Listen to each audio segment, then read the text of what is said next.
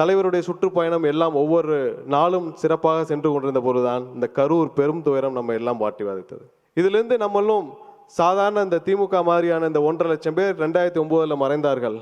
அதுலேருந்து பல பேர் அதில் தான் புதிதாக அரசியல் வந்தவர்கள், நான் உட்பட.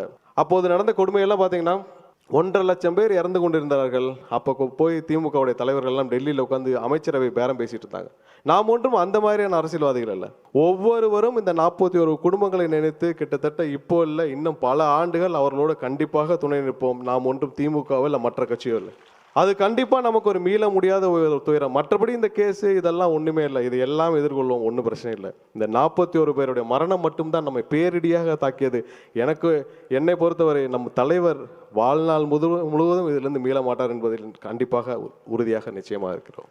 ஏனென்றால் மக்களுக்காக வந்த ஒரு தலைவருக்கும் மற்றவர்களுக்கும் உள்ள வித்தியாசம் அதுதான். இந்த திமுகவும் சரி, அவர்களை சுற்றி இருப்பவும் சரி, என்னைக்கும் மக்களுக்கு இல்லை, இந்த தமிழகத்துக்கு இல்லை, எதையுமே இவர்கள் கண்டுகொள்ள மாட்டார். இந்த 1.5 மாசத்துல நம்ம எல்லாரையும் பார்த்தா பொதுமக்கள் எல்லாம் சொல்லியிருப்பாங்க, பல டிவியில் பார்த்துருப்போம், இந்த சதிகார கும்பல், இந்த சதிகார திமுக கும்பல் இத்தோடு அரசியல் விட்டு விரட்டப்பட வேண்டும் தான் ஒட்டுமொத்த தமிழக மக்களுடைய ஒட்டுமொத்த குரலாக இருக்கு.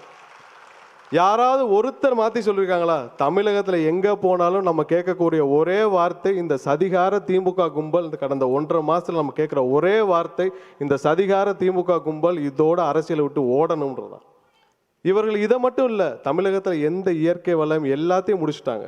இந்த நம்மளுடைய தீர்மானத்தில் பார்த்துருப்போம், ராம்சார் நிலம், அதாவது அரிதினும் அரிதான ஒரு இயற்கை பொக்கிஷம். அந்த பொக்கிஷத்தை 2006 திமுக வந்த பிறகுதான் மொத்தமாக அதையெல்லாம் கூறு போட்டு விற்றார்கள். சரி, அப்போ தான் உங்களுக்கு அறிவு இல்லை, இதெல்லாம் தெரியாது, இது என்னென்ன தெரியாது, ஏதோ தண்ணி போயிட்டுருக்கு, நாங்கள் எடுத்து விற்றுட்டோன்னு சொல்லிட்டீங்க, சரி பரவாயில்ல. இப்போ சென்னையின் பிரதான பகுதி, எல்லாரும் லட்சக்கணக்கான மக்கள் அங்கே போய் வர்ற பகுதி, அதில் ஒரு 15 ஏக்கர் எடுத்து நீங்கள் இல்லீகலாக கொடுக்குறீங்க. பல ஆயிரம் கோடி இதில் கொள்ளையடிக்கப்படுகிறது.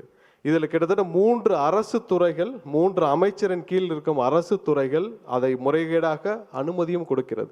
இதற்கு ஒரு முதல்வர் அதுக்கு ஒரு விளக்கமும் கொடுக்குறாரு. என்னன்னா, வரைபடம் மட்டும்தான் இருக்கிறது, உள்ள சர்வே நம்பர்லாம் இன்னும் போடல, பட்டாலாம் இல்லைன்னு.